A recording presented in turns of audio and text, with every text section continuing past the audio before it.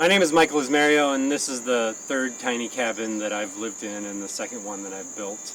The first one I built in Oregon on someone else's land, and when the time came for me to leave that property, the cabin had to stay behind because I didn't think to build it mobile.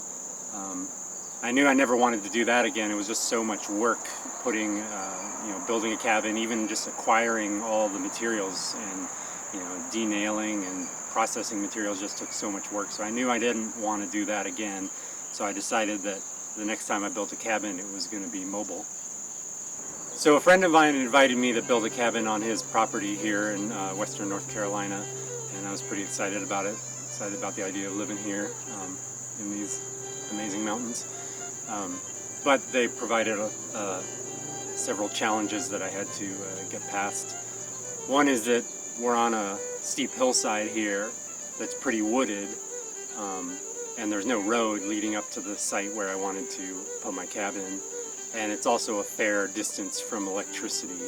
So those were the parameters that I had to deal with in deciding what to build.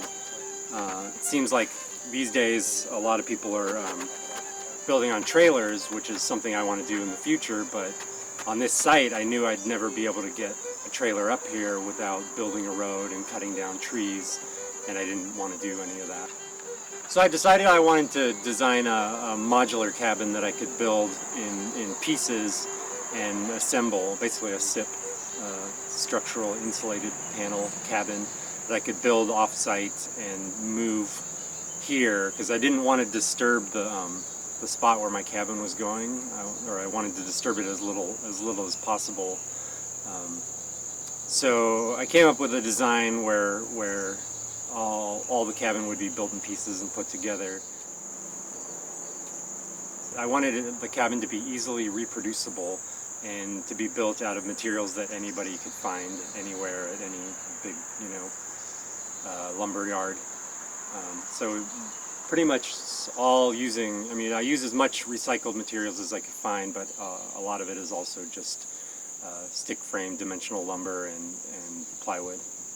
I decided to build this cabin in a warehouse off-site for various reasons. One is there's barely any flat ground here to lay stuff out. The nearest electricity is about 200 feet away. It's western North Carolina, so can be really rainy and unpredictable, and thunderstorms, and having tools out in the rain is problematic. And then not being able to work after the sun goes down. So those are some of the challenges I had. So I decided to just rent a warehouse space for a month and built this whole cabin inside a warehouse, and that was for me the smartest thing I could have done, because I had a large flat concrete surface to build on. I had electricity, I had lights, so I could build late into the night. There were nights that I was working on the cabin till 2 in the morning, and if I had tried to build this cabin here on the site, I would have never been able to build it in a month.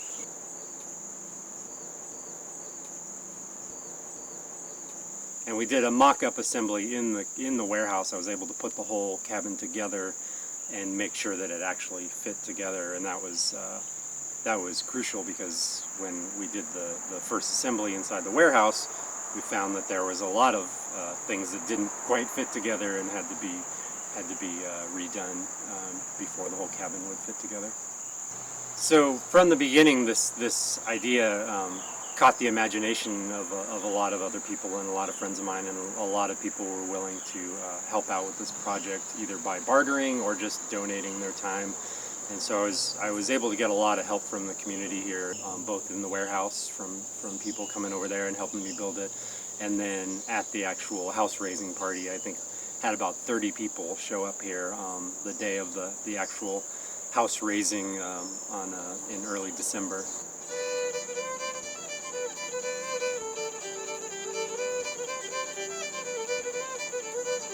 One of the things I did to make it easier to take this cabin apart is all the screws, it's all screwed together. There's no nails at all in this whole cabin design. It's all screws.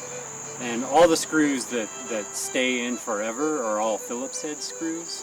And all the screws that need to come out in order to disassemble the cabin and move it are all star drive screws.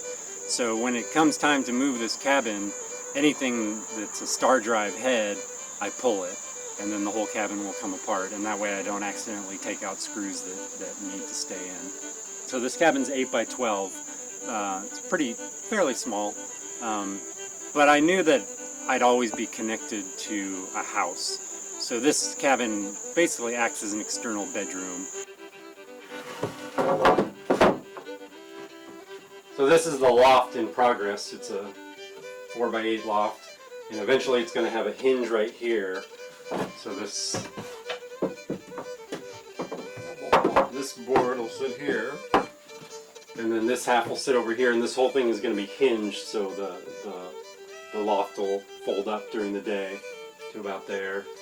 And then that way during the day I have 2 more feet of standing room, which 2 feet is huge. It makes this space feel so much bigger.